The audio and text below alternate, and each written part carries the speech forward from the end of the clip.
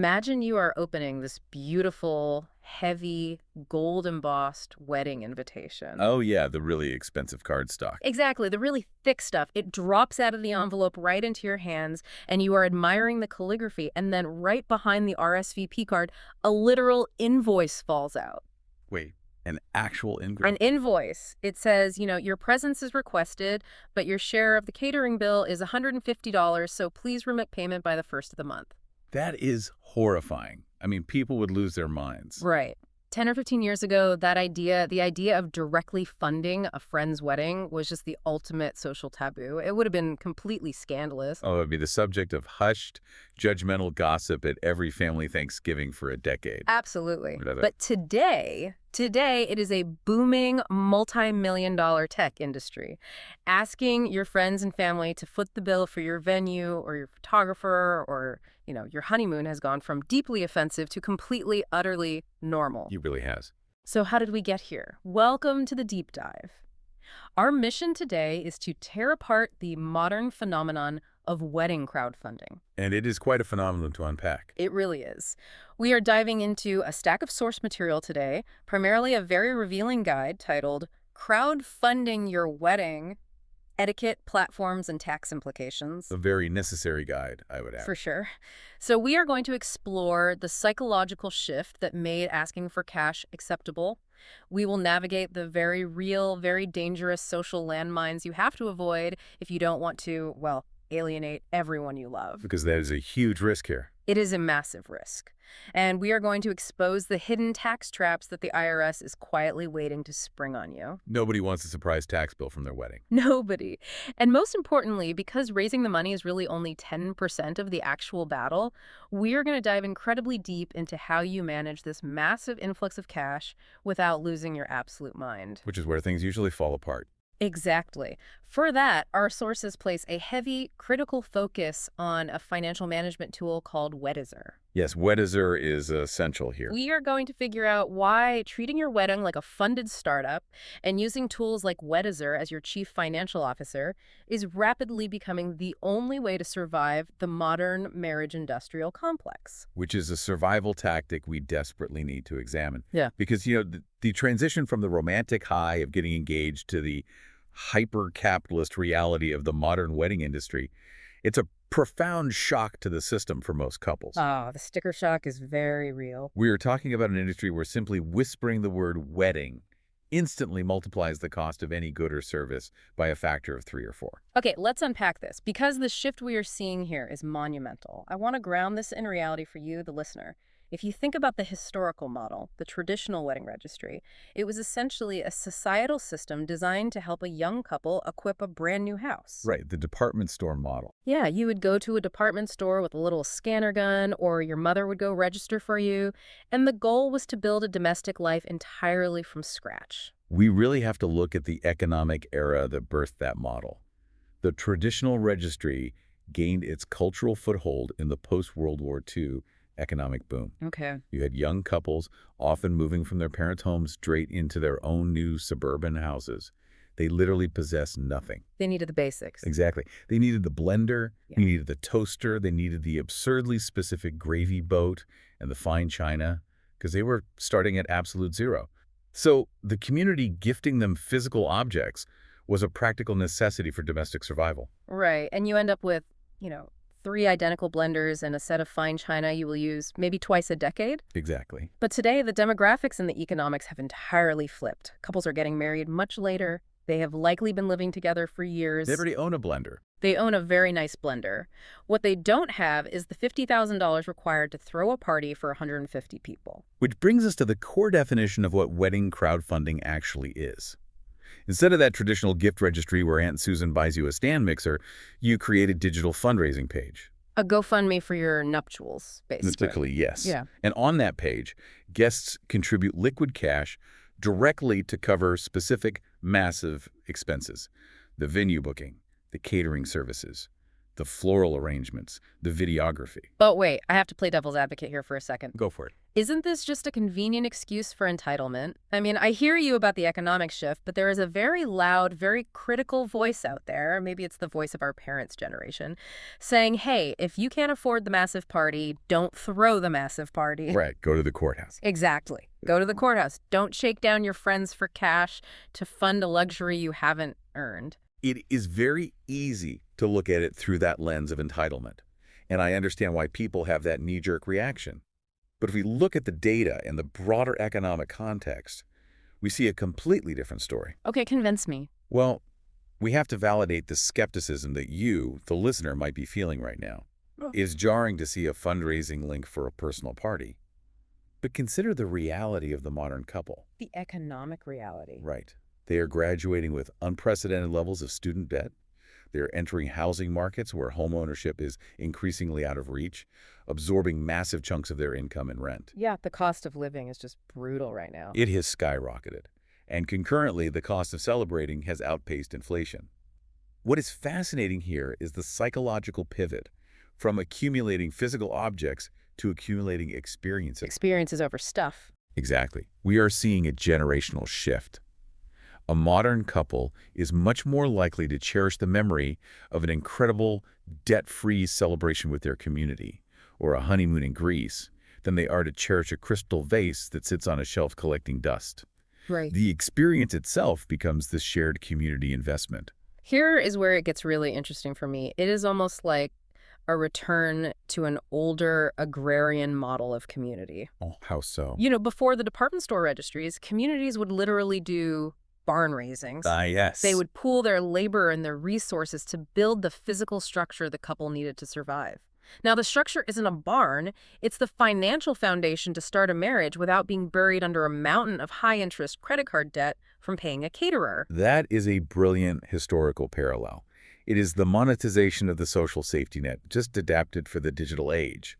But the digital aspect is crucial to understanding how this became socially acceptable. Right, because asking for cash used to be the ultimate taboo. It was something that was maybe whispered about. The subtle hints. Yeah, your parents would subtly spread the word through the family gossip network that, oh, the couple is really saving for a down payment, so cash is preferred. Very discreet. So how did we cross the Rubicon from those polite whispered requests to literally launching public, searchable fundraising pages with gold thermometers on them? The answer lies in how the internet has systematically trained us over the last 15 years. Crowdfunding didn't start with weddings. Think about where we first saw this behavior normalized. Medical emergencies, GoFundMe pages for people who couldn't afford a surgery. Exactly that. Though we also saw it in creative endeavors. Filmmakers, musicians, video game developers asking their fan bases to fund their art on Kickstarter. Right, funding indie projects. We saw it with local businesses trying to survive economic downturns. The digital age has taught us that pooling our micro-donations to help someone achieve a goal or survive a crisis is a powerful form of community building. So we just got used to the mechanics of it. Yes. Once that psychological barrier was broken for medical bills and indie documentaries, it organically extended to major life milestones. If a community can fund a documentary film, the logic goes, why can't a community fund the union of two people they love? Okay, I follow the logic. It takes it out of the realm of like, gimme, and places it into the realm of let's build this memory together. Precisely. But, and this is a massive but for you listening, because we are talking about human psychology and money, which is the most volatile combination on earth, we have to talk about the rules of engagement. It's a minefield. A total minefield. If you do this wrong, you aren't building a community, you are alienating your loved ones, you are ruining friendships. So we need to navigate the social etiquette. How do you politely ask your friends for cash without sounding like the mafia collecting protection money? The social etiquette is the razor's edge, where a campaign either succeeds beautifully or fails catastrophically. Our source material is very rigorous about this. What do they say? They outline 5 clear, non-negotiable rules for navigating this space, and they all revolve around mitigating the inherent awkwardness of asking for money. Let's not just list these, let's put them through the ringer. Rule number 1 from the text is be transparent and honest. Right. The sources stress that you have to clearly explain why you are raising the funds and exactly how the money will be used. They explicitly warn against exaggerated or misleading stories. which happens more often than you'd think. But let me push back. What if I just want a really extravagant wedding? What if I want a champagne tower and a luxury ice sculpture? Can I just be transparent and say, hey guys, I want to throw an insanely opulent party that I can't afford. Please fund my luxury? You can, but you have to accept the social consequences of that transparency. Fair. The rule of honesty isn't about enforcing modesty. It's about building trust. If you are asking people for their hard-earned money, they have a right to know the destination of those funds. So no bait and switch? Exactly.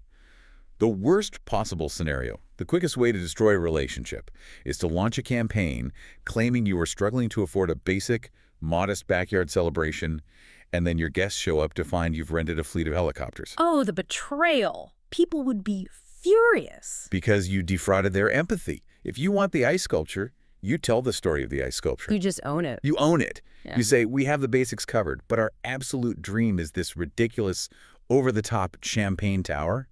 If you want to throw $20 toward making that ridiculous dream come true, we would love it.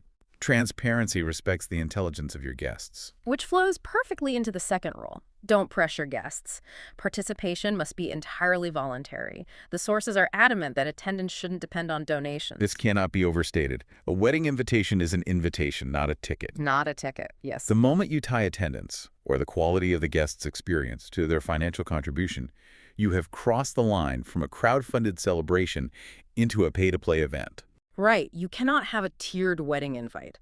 Like, bronze-level donors sit in the back by the kitchen, gold-level donors get the filet mignon. That is horrifying.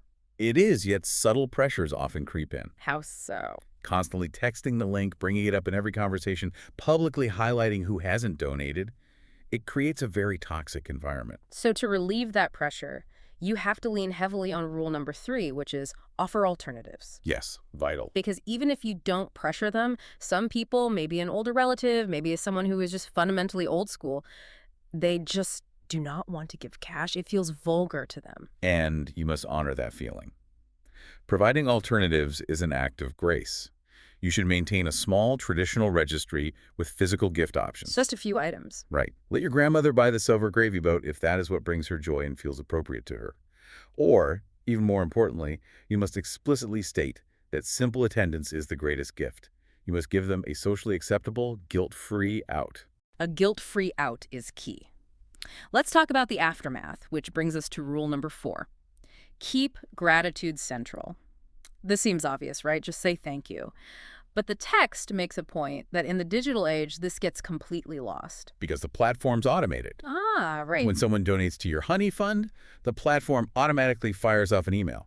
Transaction successful. The couple thanks you. And people think, great, my thank you note is done. Which is a fatal etiquette error. That automated receipt is a financial document. It is not a demonstration of gratitude. It's just a receipt. Exactly. Our sources remind us that personalized handwritten thank you notes are vital. You're asking someone to fund your life event.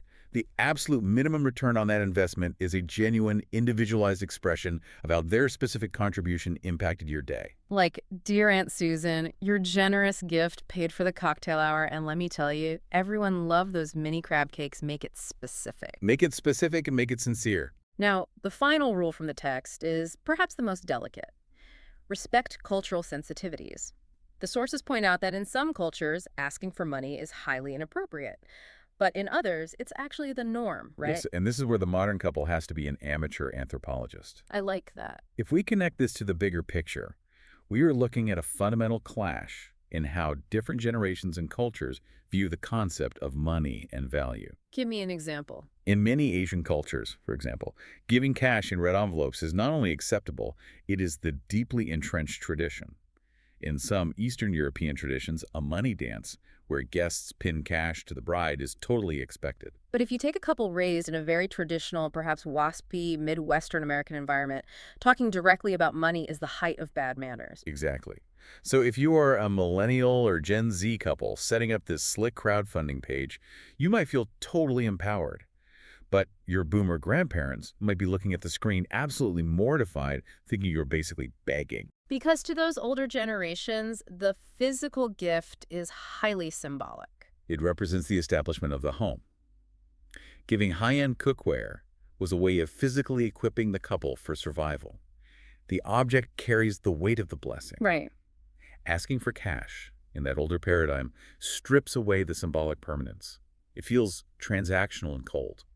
But for the younger generations who are dealing with that brutal economic reality we discussed earlier, financial freedom is the ultimate gift. It really is. To them, giving a couple $500 toward a venue isn't cold at all. It is the warmest, most supportive, anxiety-alleviating thing you can do. And what is fascinating here is that if we synthesize all 5 of these etiquette rules, transparency, no pressure, alternatives, gratitude, cultural sensitivity, they all boil down to one single core concept: Which respecting the guest's agency. I love that. Respecting their agency. You are giving them the power to choose how or if they participate in your financial journey without judgment. It makes me think of the difference between a terrible marketing campaign and an incredible one. Oh, that's a good comparison. A bad crowdfunding campaign feels like an invoice.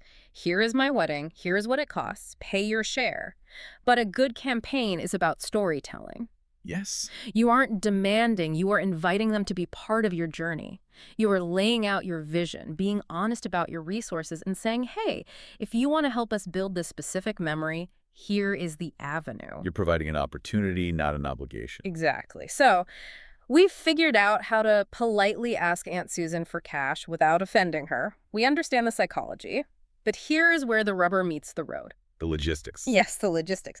Once Aunt Susan and 50 other people actually hit send on those payments, what happens next? That is the big question. Because if you just dump 10 or 20 grand of crowdfunded money into your daily checking account alongside your grocery bills and your Netflix subscription, you are setting yourself up for an absolute financial catastrophe. A total nightmare. Which brings us to the most critical part of our deep dive today: the tech stack, and specifically the absolute necessity of a tool called Weddizer. This is where the abstract concept of raising money collides with the harsh reality of accounting. Right. Let's run through the collection buckets quickly so we know what we're dealing with. The source material briefly outlines the front-end platforms. These are the places where the public interacts with your campaign. You have GoFundMe, which is globally recognized, very secure, but the sources note it's a bit generic. It's used for everything from medical bills to legal funds, so it might lack a certain wedding romance feel. It's very utilitarian. Yeah. Then there's Honeyfund, which was essentially built for this. It really leans into the funding experiences idea. Guests can click on a picture of a snorkeling trip and fund that specific activity. It gamifies the gifting process nicely. We also see Zola mentioned, which is a hybrid model. How does that one work? It cleverly allows couples to combine a traditional registry for physical goods with cash funds in one unified interface. This is excellent for bridging that generational divide we discussed. Oh, that's smart. Grandma can buy the toaster on the same page your friends fund the DJ. Exactly. And finally, Kickstarter, which has limited use but can be utilized if a couple has a very specific creative project for their wedding, like pressing their own vinyl records for favors. Okay, so those platforms are great at taking Aunt Susan's credit card and moving the money.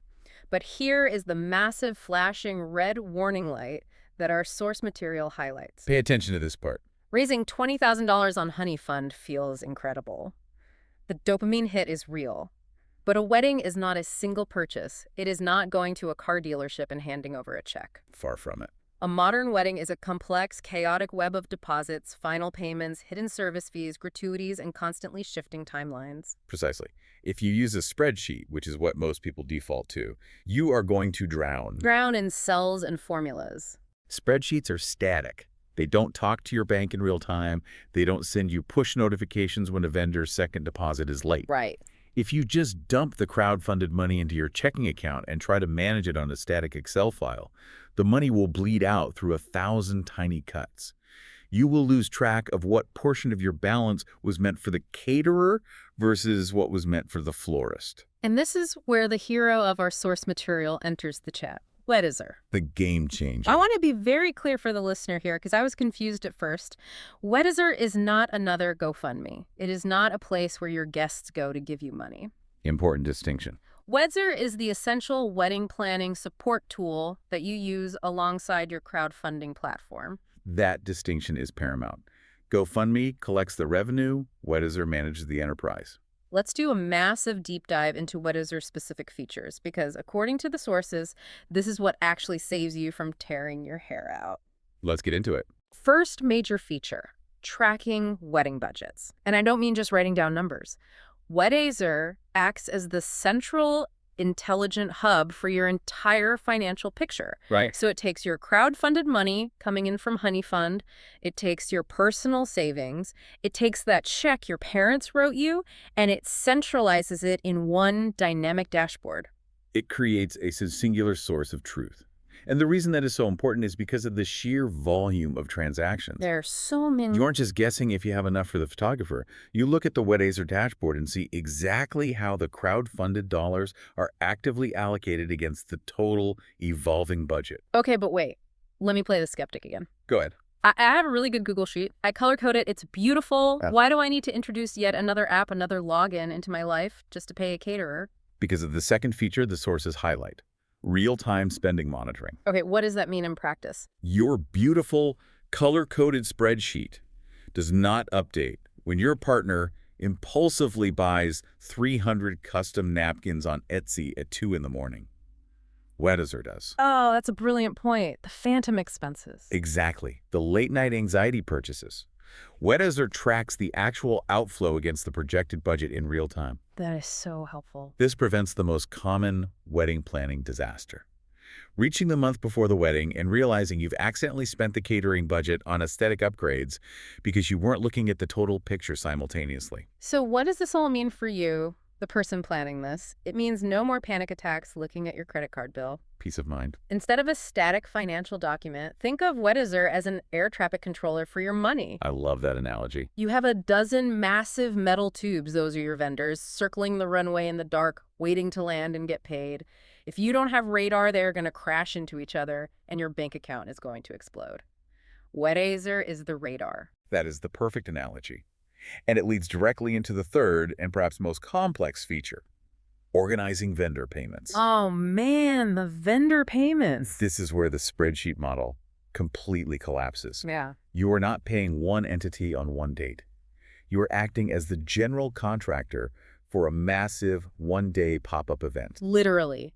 You have a caterer, a florist, a DJ, a venue coordinator, a photographer, a videographer, a makeup artist. And every single one of them has a completely different contract and payment schedule. It's chaos. The venue wants a 20% non-refundable deposit today, 50% in 6 months, and the remaining 30% exactly 14 days before the event. Right. The DJ wants half up front to hold the date, and the other half in cash on the night of the wedding.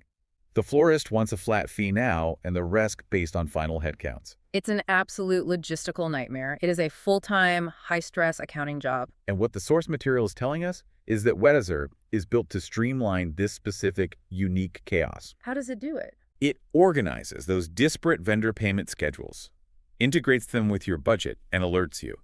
So when that crowdfunding money hits your account, Weddizer tells you exactly which vendor needs to be paid this week to keep the event moving forward. It plans the financial milestones. It sets the goals and the deadlines. So you aren't hit with a massive $10,000 surprise bill that you forgot about because it was buried on page 4 of a catering contract you signed 8 months ago. It eliminates the surprises. I keep going back to the startup analogy.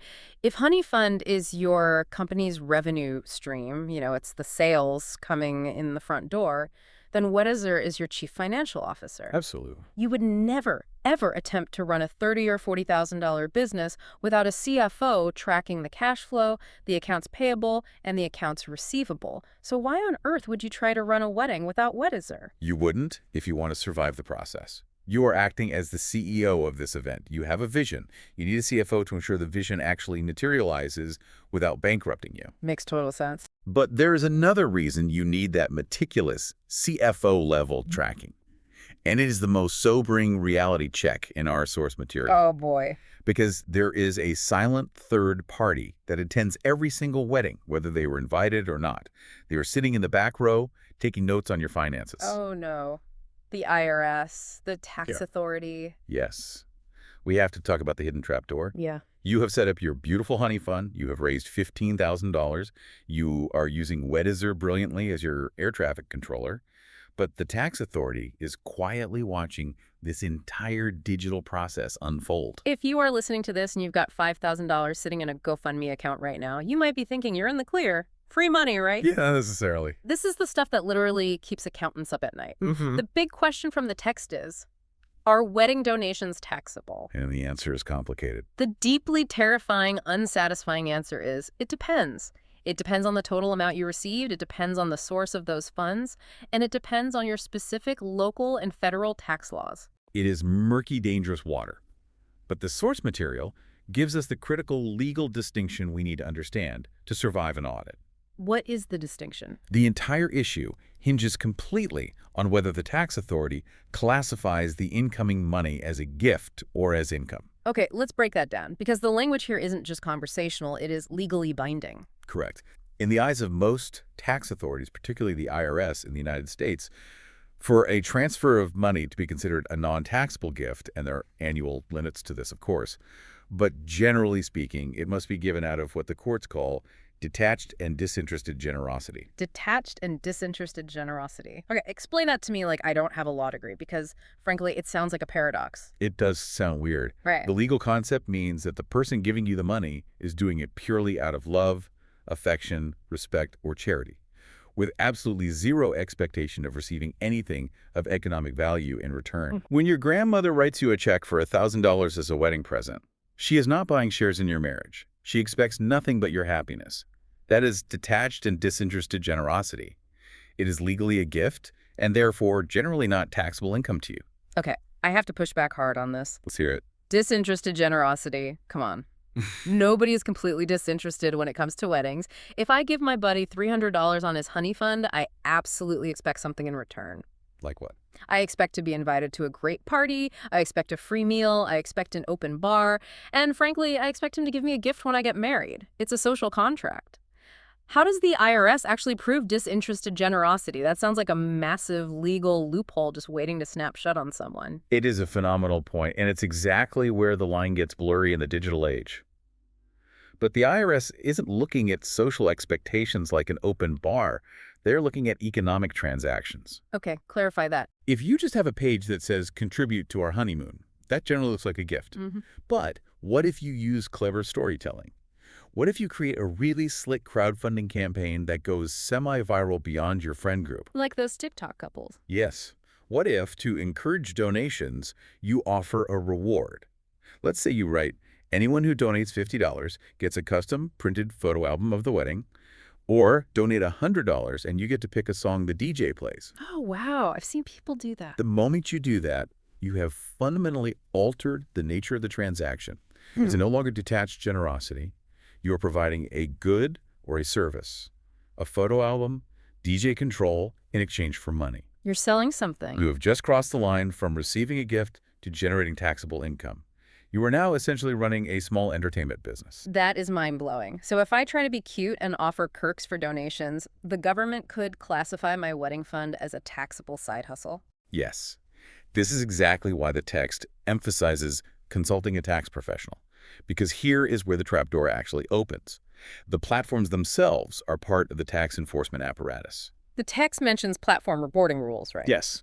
GoFundMe and Kickstarter aren't just invisible conduits that hand you a sack of cash in an alleyway? No, they are highly regulated financial entities.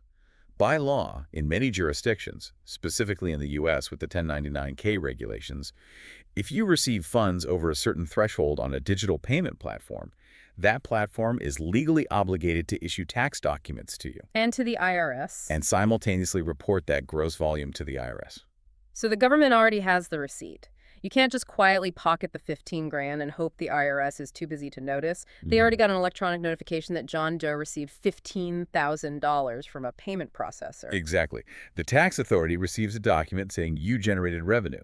Now, the burden of proof shifts entirely onto you. Oh, that's scary. It is up to you to prove to an auditor that this money was a collection of non-taxable gifts from family and friends given out of disinterested generosity, and not taxable income from an unreported business endeavor.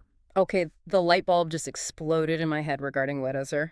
This brings the entire tech stack full circle. Yes, it does. If the IRS comes knocking 2 years after your wedding and says, hey, we see you made 20 grand on Honeyfund, prove to us this was a personal wedding and not an unregistered event planning hide hustle. Yep. You cannot just hand them a shoebox full of crumpled, faded receipts, a printout of your GoFundMe page, and a link to your Instagram photos. A shoebox of receipts is an auditor's worst nightmare, and it will not protect you.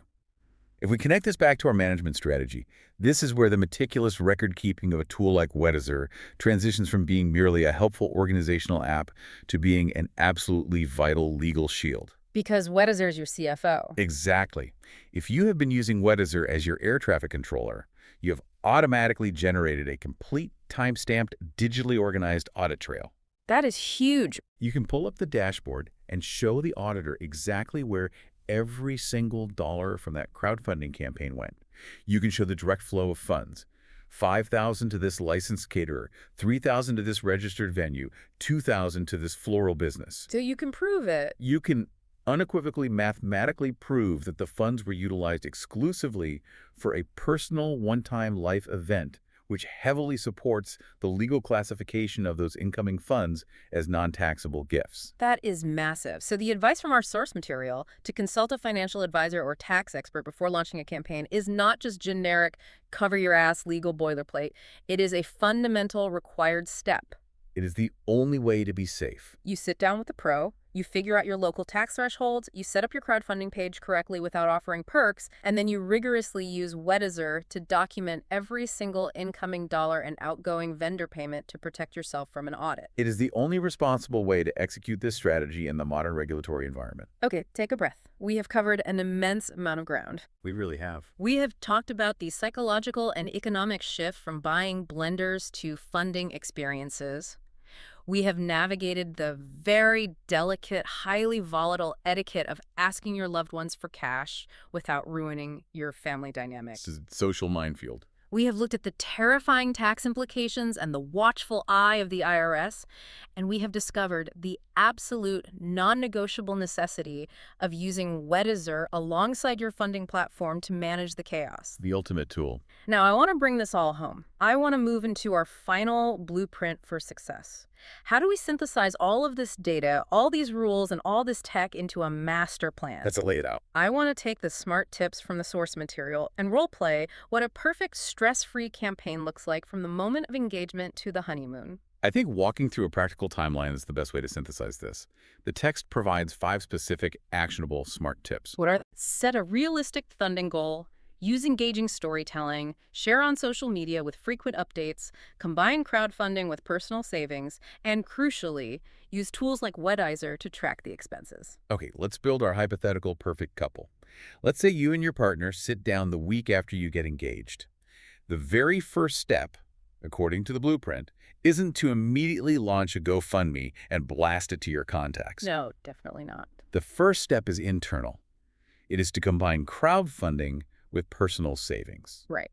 You must first establish your baseline reality. You look at your savings accounts, your income projections, and you determine what you can legitimately, comfortably afford on your own without going into debt.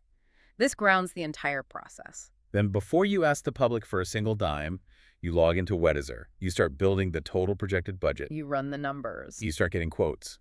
You realize the venue is $8,000, catering is $12,000, photography is $4,000. Weddizer does the math and shows you that the wedding you envision costs $30,000. But your personal savings baseline is only $20,000.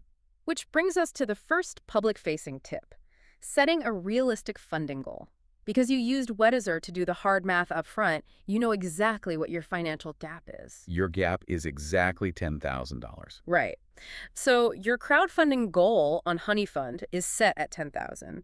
It is not an arbitrary, greedy number you pulled out of thin air. It is a mathematically justified gap. And see, that plays perfectly into the first etiquette rule of transparency. It really does. When you launch your page, you can look your guests in the digital eye and literally write, "We have saved diligently, and we are covering the vast majority of our wedding ourselves, but we have a gap." Honesty is the best policy. We are hoping our incredible community can help us bridge this final $10,000 gap to cover the catering and the DJ so we can all celebrate together. It completely defuses the stigma of entitlement. It demonstrates to your guests that you are responsible, you have skin in the game, and you are deeply invested in your own event. You aren't asking them for a handout, you're asking them for a bridge. Step 3. The engaging storytelling and social media updates. You build the Honeyfund page. You don't just put up a generic photo and say, "Give us money." That won't work. You tell a story. You explain why this specific venue is meaningful to your relationship. You explain why having an incredible DJ is vital to your vision of the night. You invite them into the narrative. And you must maintain that narrative momentum. As the donations start coming in, you don't just take the money and go silent. You post regular updates. Yes, like thanks to Uncle Bob and Cousin Sarah, our photography budget is fully funded. We cannot wait to share these professional photos with all of you. This creates a sense of shared community achievement. Meanwhile, behind the scenes, you are operating the ultimate management machine. Every single time a donation clears your bank account, you log it into the Weddizer dashboard. Meticulous tracking. As you hit your timeline milestone, say, we are now 6 months out, and the caterer needs their first massive $5,000 deposit, Weddizer's air traffic control system flashes a green light. It alerts you. You look at the dashboard, you see the crowdfunded money has successfully covered that specific bucket, and you execute the vendor payment seamlessly. And you repeat this rigorous process for every single expense, no matter how small. The florist deposit, the dress alterations, the venue insurance policy, the stamp for the invitations. Weddizer is tracking the outflow in real time. So that when you wake up the week of your wedding, instead of having a panic attack about maxed out credit cards, instead of worrying if the DJ is going to walk out because he didn't get his final check, instead of living in fear of an IRS audit, you are actually just present. You get to enjoy the day. You get to enjoy the massively expensive party you planned. Which is the entire point of the exercise. To conclude on the utility of Weddizer, I think the text makes a subtle but absolutely foundational point. What's that? Transparency, storytelling, and gratitude are the social foundations of a successful crowdfunding campaign. But rigorous financial planning is the operational foundation of actually pulling off the event. You need both. You can be the most gracious, grateful, transparent person on earth.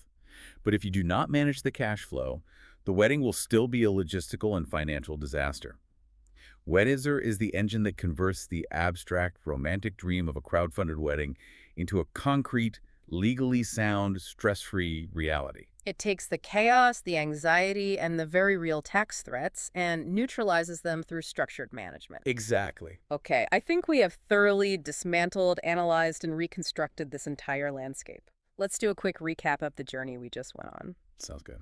We started by examining the massive economic paradigm shift, why modern couples, burdened by different economic realities, are looking to their communities to fund shared experiences rather than physical toasters. The experiences over objects shift. We mastered the treacherous social etiquette, learning that radical transparency, genuine gratitude, and respecting your guest's agency are the absolute keys to avoiding the high-pressure, invoice-style sales trap. Keeping relationships intact. We navigated the incredibly murky, dangerous waters of the IRS and the tax maze, discovering the critical legal difference between detached generosity and taxable income, and why you can never offer perks for donations. Keeping the auditors happy. And throughout it all, we proved how the powerhouse combination of a front-end collection platform paired intimately with the ultimate back-end management tool, Weddizer, is the only responsible way to keep your budget airtight, your vendors paid, and your mind sane.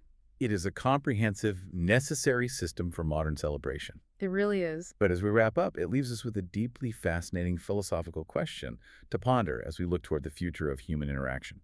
Ooh, lay it on me. If management tools like Weddizer and public funding platforms continue to evolve and become even more deeply integrated into our social fabric, will the concept of financial secrecy around personal milestones disappear entirely? Wow, that is a big question. For generations, we have been culturally conditioned to believe that talking about money, specifically what we can or cannot afford, is tacky, taboo, and shameful. Extremely taboo. But imagine a future where complete dashboard-level financial transparency with your community isn't seen as gauche, but rather as the ultimate form of communal trust and celebration. A totally open book. How would that fundamentally change the way we interact with our friends and family? If we all knew exactly what each other's dreams cost and actively, publicly participated in funding them, would we be closer as a society, bound by mutual support? Or would it just breed a terrifying new type of social pressure and ledger keeping? Oh, man. That is a heavy, brilliant question to leave off on. Does radical financial transparency bring the village back together, or does it just turn all of our friendships into a transactional spreadsheet? It's something to consider. Something to think about the next time you get a save the date in the mail, or the next time you log into Weddizer to plan your own future. Thank you so much for joining us on this deep dive into the surprisingly complex, high-stakes world of wedding crowdfunding. Thanks for listening. We highly encourage you to explore these concepts further, check out the different platforms, and if you have a major life event on the horizon, absolutely look into securing your peace of mind with a tool like Weddizer.